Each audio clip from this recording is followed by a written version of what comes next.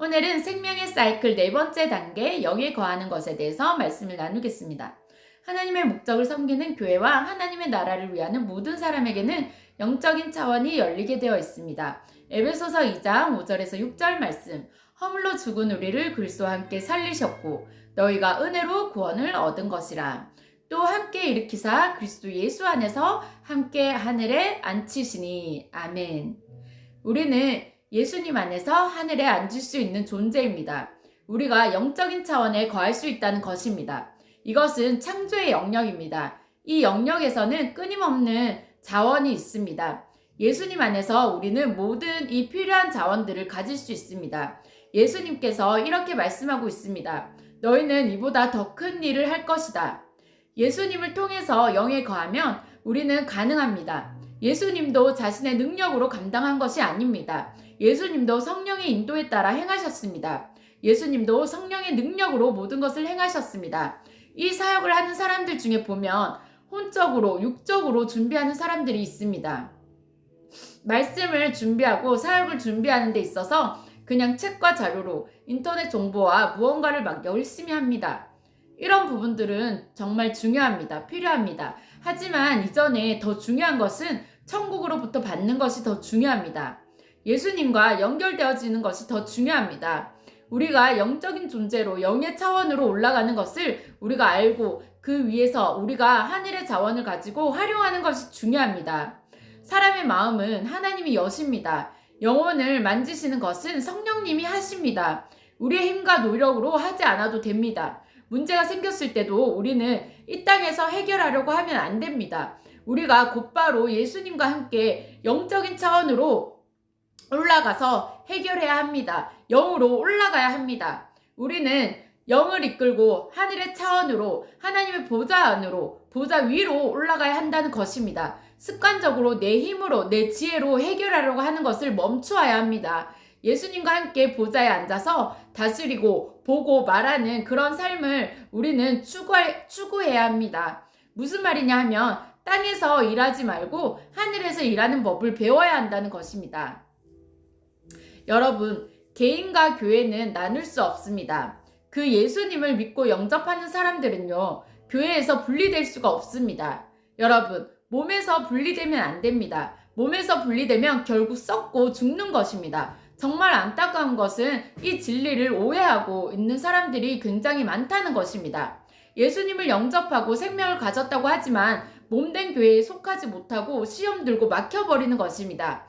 예수님을 영접하는 것은 시작에 불과한 것입니다. 생명이 우리 안에 심겨진 것은 시작에 불과합니다. 영접했다고 구원받았다고 이것이 끝나는 것이 아닙니다. 생명 가운데 거하려면 반드시 그 생명의 흐름 가운데 있어야 합니다. 내 안에 생명의 씨앗이 심겨졌지만 내 안에서 그것이 열매 맺는 수준까지 가려면 우리는 심겨져야 합니다. 그러면 어디에 심겨져야 합니까? 세상에? 육에? 아닙니다. 교회에 심겨져야 합니다. 교회와 연결되어져야 합니다.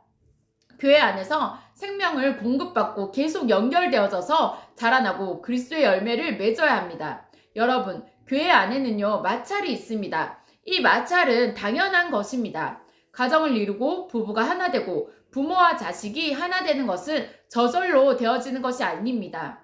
우리는 성숙해야 합니다. 그러면 어떻게 성숙할 수 있습니까? 여러분, 어떻게 성숙할 수 있을까요? 교육을 통해서 성숙해질 수 있나요?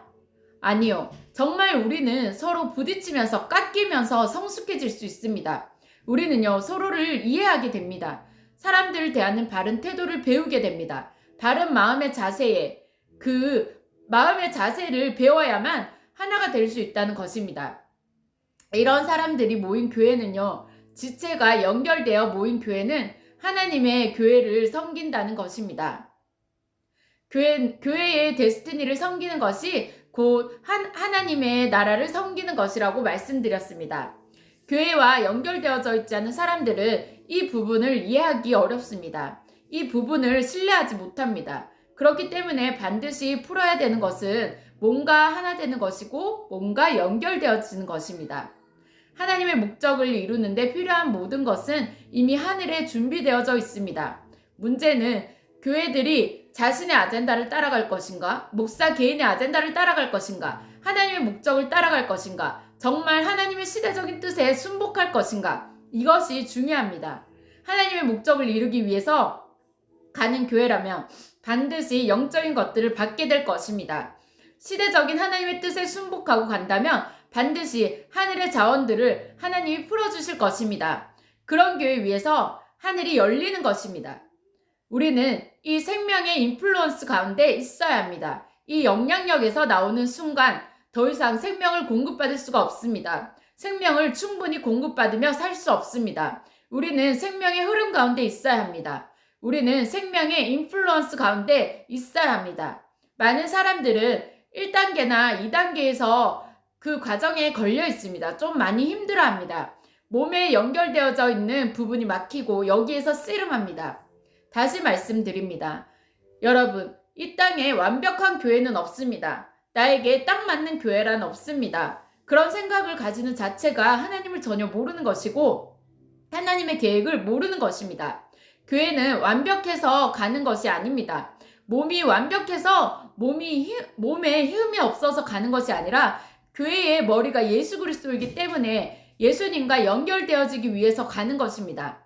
예수님이 교회의 머리이시기 때문에 교회에 속해서 연결되어져야만 합니다.